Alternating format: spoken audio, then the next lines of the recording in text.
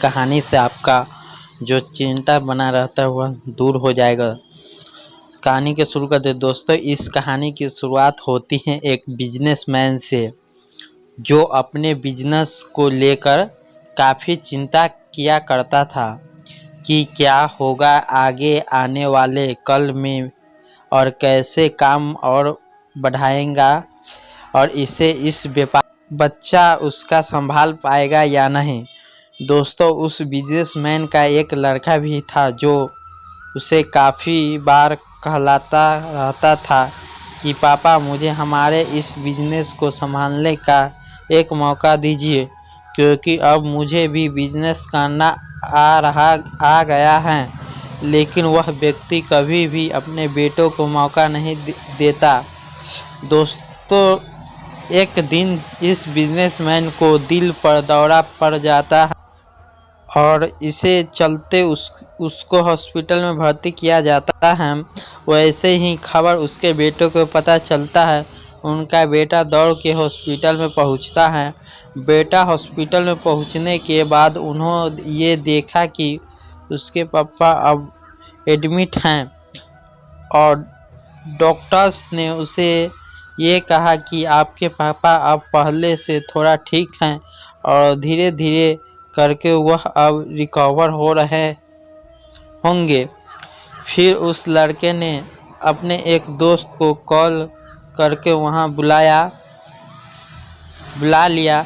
फिर उसका दोस्त वहाँ पर आता है और उसे पूछता है कि क्या हुआ भाई। फिर उस बिजनेसमैन ने लड़के ने अपने दोस्त को कहा कि मेरे पापा को दिल का दौरा आ गया है और उन्हें अस्पताल में एडमिट किया हुआ है। तो उसके बाद उस बिजनेसमैन का लड़का अपने दोस्त से कहता है कि चल ना जरा बाहर चल के आते हैं, बहुत देर हो गई इधर। फिर वो दोनों अस्पताल से बाहर चले गए। अब वो दोनों अस्पताल से बाहर निकलने तभी उसके एक आइसक्रीम वाला दिखता है। फिर उस बिजनेसमैन के लड़के ने अपने दोस्त को कहता है भाई आ जाओ आइसक्रीम खाते हैं। ये सुनकर उसका दोस्त थोड़ा चौंकता है और मन में ही कहता है कि अरे ये क्या पागलपन है, पापा अंदर भर्ती हैं और ये वहाँ आइसक्रीम खाने की सोच रहा है। फिर उस दोस्त ने दोनों आइसक्रीम खरीद ली और वो दोनों आइसक्रीम खाने लगे।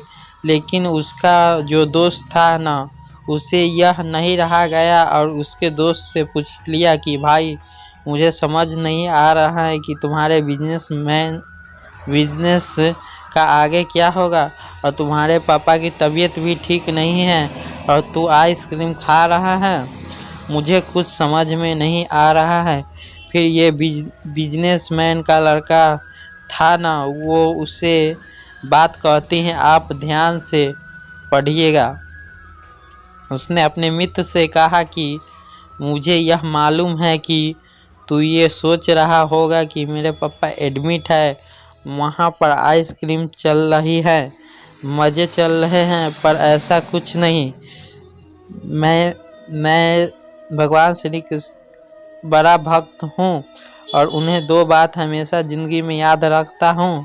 पहली बात जो सबको पता है कि काम करना और सफल का चिंता नहीं करना है, इसलिए जो होगा देखा जाएगा, सिर्फ अपने काम पर ही फोकस करूँगा और बिजनेस भी अच्छा चलेगा।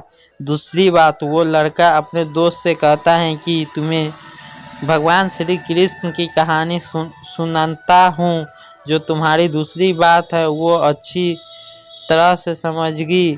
भगवान श्री कृष्ण को जो पत्नी थी उसका नाम रुक्मिणी था। उसको जब पहला बेटा हुआ था तो उसका नाम प्रद्युम्न रखा था और प्रद्युम्न के जन्म के 10 दिन पश्चात ही प्रद्युम्न का आगमन हो गया। प्रद्युम्न के अपहरण के कारण रुक्मिणी का नाराज और उदास होने लगी। क्या होगा है, भगवान श्री कृष्ण रुक्मिणी जी से कहे थे कि चिंता मत करो, क्योंकि प्रद्युम्न जहाँ भी होगा वहाँ ठीक होगा।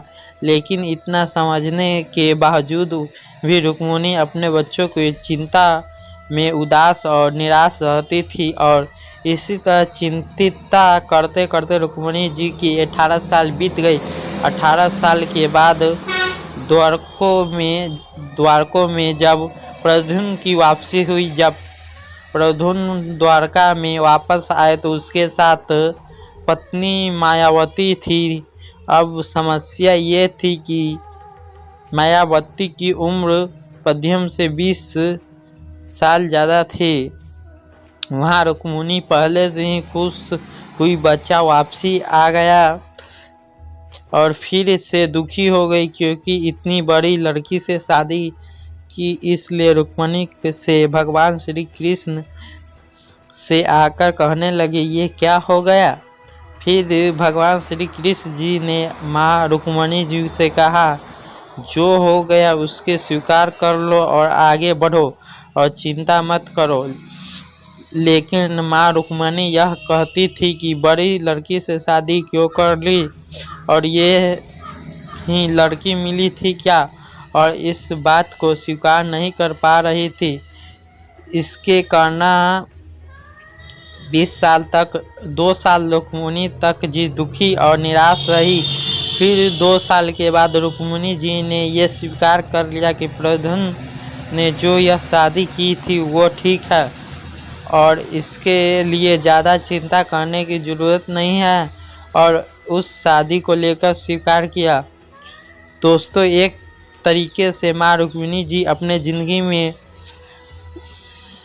बहुत साल उदास बिताई और कहानी ख़त्म करते हुए वो लड़का अपने दोस्त को बुलाया, मैं स्वीकार करना सीख लिया हूँ, क्योंकि भगवान श्री कृष्ण जी कहते हैं जो हो रहा है उसे स्वीकार कर लो, ज़िंदगी में अपने आप सहज हो जाएगी। दोस्तों, ये छोटी कहानी हमें 2 बड़ी बात सिखाती है।